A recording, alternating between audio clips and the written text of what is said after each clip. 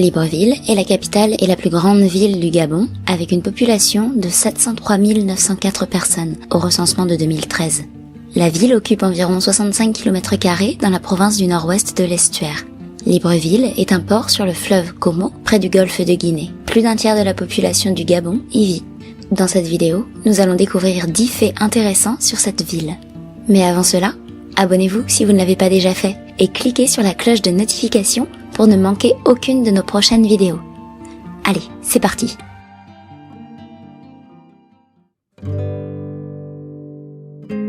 Alors, pour commencer, rappelons-nous que le Gabon était autrefois le centre de la traite des esclaves. Libreville a été fondée par des esclaves libérés. La tribu Pongwe vivait dans la région bien avant que les Français ne prennent le contrôle des terres en 1839. La ville a été fondée sous le nom de Gabon en 1843 comme station de traite. Des esclaves libérés y ont été envoyés du navire d'Elysia et en 1848, elle a été nommée Libreville. Ce fut également le port principal de l'Afrique équatoriale française de 1934 à 1946. Et c'est la ville de Freetown qui a inspiré le nom de Libreville. Elle a ensuite progressivement évolué de poste de traite en centre administratif mineur et comptait 31 000 habitants lorsqu'elle est devenue indépendante en 1960. Depuis son indépendance, la ville a connu une croissance plus rapide.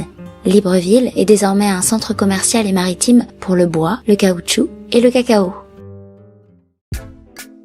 Dans un article Wikipédia, on trouve le stade de l'amitié sino-gabonaise qui se situe à Angondié dans la banlieue de Libreville. Il est appelé stade de l'amitié et sa construction a été financée par les gouvernements gabonais et chinois. La pose symbolique de la première pierre a été réalisée par le ministre gabonais des Sports, René Demezzo Obiang, et le vice-ministre chinois, Fu Jiying, en avril 2010. Ce stade a été construit par la Chine, et ce, sur une zone de 30 hectares par la société chinoise Shanghai Construction Group. Les travaux ont été entièrement financés par la Chine, tandis que le Gabon a développé le site, notamment en apportant l'eau et l'électricité et en construisant des routes d'accès. C'était l'un des 4 stades gabonais utilisés pour la Coupe d'Afrique des Nations en 2017, et il a également accueilli la finale de la compétition. Le match de football inaugural qui a eu lieu dans cet endroit présentait comme compétiteur le Brésil, qui a remporté ce match 2-0. Ce stade a une capacité de 41 000 spectateurs et son nom lui a été attribué en l'honneur d'Omar Bongo, qui a été président du Gabon de 1967 à 2009. Beaucoup de gens à Libreville travaillent pour le gouvernement. Libreville est un port maritime qui comprend le code GAL-BV. Il est situé au Gabon, dans la ville d'Owando, située dans la banlieue sud-ouest de Libreville. Ce port fournit des services d'importation et d'exportation de divers types de marchandises, tant au pays qu'à l'étranger. Et il est le principal port de la ville et du pays. Libreville a un commerce solide, ce chantier naval florissant, l'industrie brassicole et de la scierie. Comme nous l'avons dit plus tôt, la ville exporte du bois, du caoutchouc et du cacao. Ce port est donc très important pour l'économie du pays. Et ses navires y chargent du bois et des minéraux.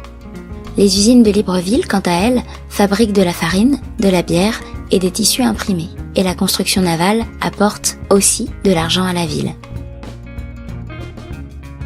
L'université Omar Bongo est une université publique fondée comme l'Université nationale du Gabon en juillet 1970, après l'effondrement de la Central Africa Higher Education Foundation.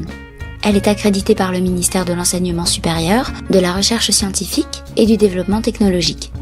Elle a également été rebaptisée en l'honneur du président Omar Bongo en 1978. Basée à Libreville, c'était la première université du Gabon. Et c'est également la plus grande université du pays car elle comptait plus de 30 000 étudiants inscrits en 2020. L'importante population de l'université exerce une pression sur l'infrastructure de l'école. Cependant, des rénovations et quelques ajouts au fil des années font partie des rares mesures prises pour améliorer son état. La langue d'enseignement à l'université est le français et celle-ci se trouve sous la supervision du ministère de l'Enseignement supérieur. Maintenant, arrêtons-nous sur un petit extrait d'une préface du directeur de la banque Amadou Oumarou, publiée en 2019, dans lequel il cite « Les corridors routiers transfrontaliers jouent un rôle essentiel dans le soutien de l'intégration économique régionale de l'Afrique. Ils améliorent les communications de transport entre les pays voisins et fournissent aux pays enclavés un accès aux ports maritimes. Ils favorisent invariablement le commerce international et intra-régional en réduisant les coûts de transport et d'expédition ainsi que le temps de transit pour les importations et les exportations. En supprimant les obstacles physiques au commerce transfrontalier et en élargissant les marchés au-delà des frontières nationales, les corridors routiers internationaux favorisent un environnement propice pour le secteur privé et pour attirer les investissements directs étrangers. En plus d'améliorer le commerce et de renforcer l'intégration régionale, les corridors routiers transfrontaliers contribuent à réduire la pauvreté en augmentant l'accès aux marchés et aux services sociaux. L'un de ces corridors est celui de Libreville-Brazzaville, Pointe-Nord, en Afrique centrale. Selon la Banque africaine de développement, le tronçon d'Ndé-Doussala-Dolisie, de 272 km, est le chaînon manquant sur le corridor reliant Brazzaville à Libreville. Avant la construction de la route, celle-ci n'était pas asphaltée. Le tronçon financé fait partie du Trans-Windhoek de Tripoli. Et l'on compte l'African Highway comme l'une des priorités du programme pour le développement des infrastructures en Afrique. Les principaux bénéficiaires sont les communautés agricoles et les travaux prévus comportent le pavage de 144 km et la réhabilitation de 130 km du tronçon de la route de terre de Kibangu-Ungo, ainsi que la mise en œuvre de mesures de facilitation des transports. Cette citation mentionnée, nous nous devons d'admettre que les résultats de ce corridor sont absolument incroyables. Vous voulez en savoir plus sur la nourriture qu'on consomme dans ce pays ? Eh bien, dans les rues de Libreville, vous pourrez trouver du poulet Niemboué. Considéré comme le plat national du Gabon, il se compose de morceaux de poulet en sauce Niemboué.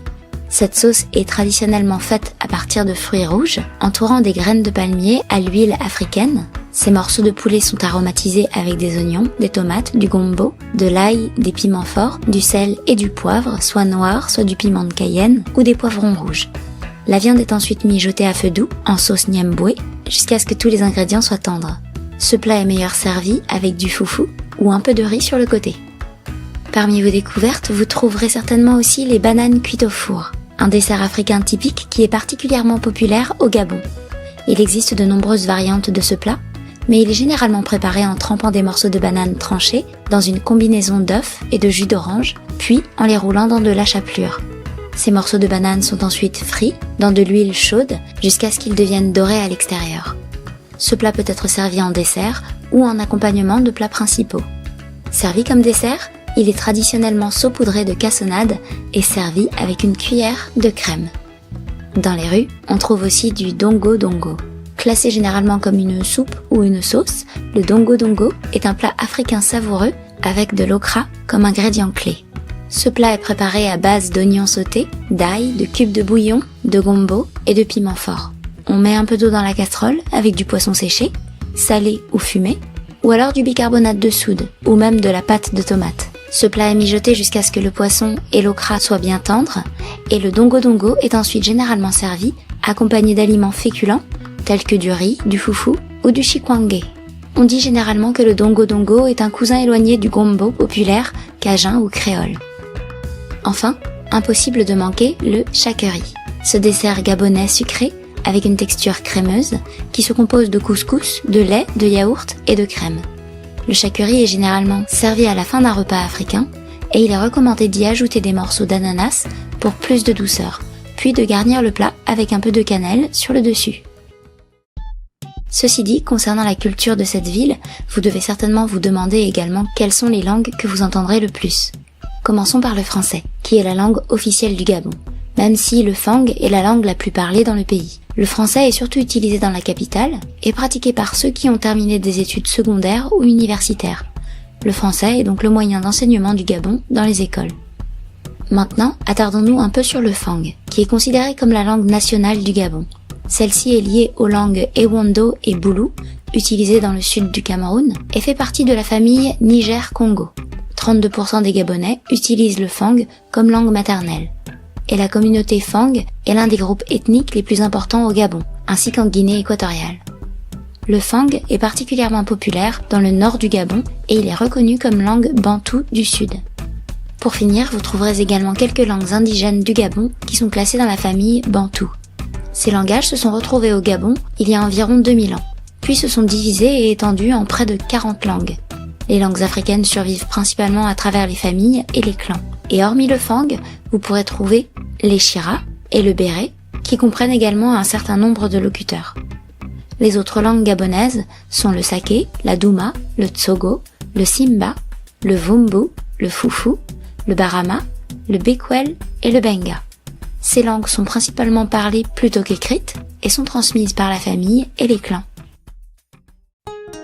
Léon Mba fut le premier président gabonais après l'indépendance acquise en 1960.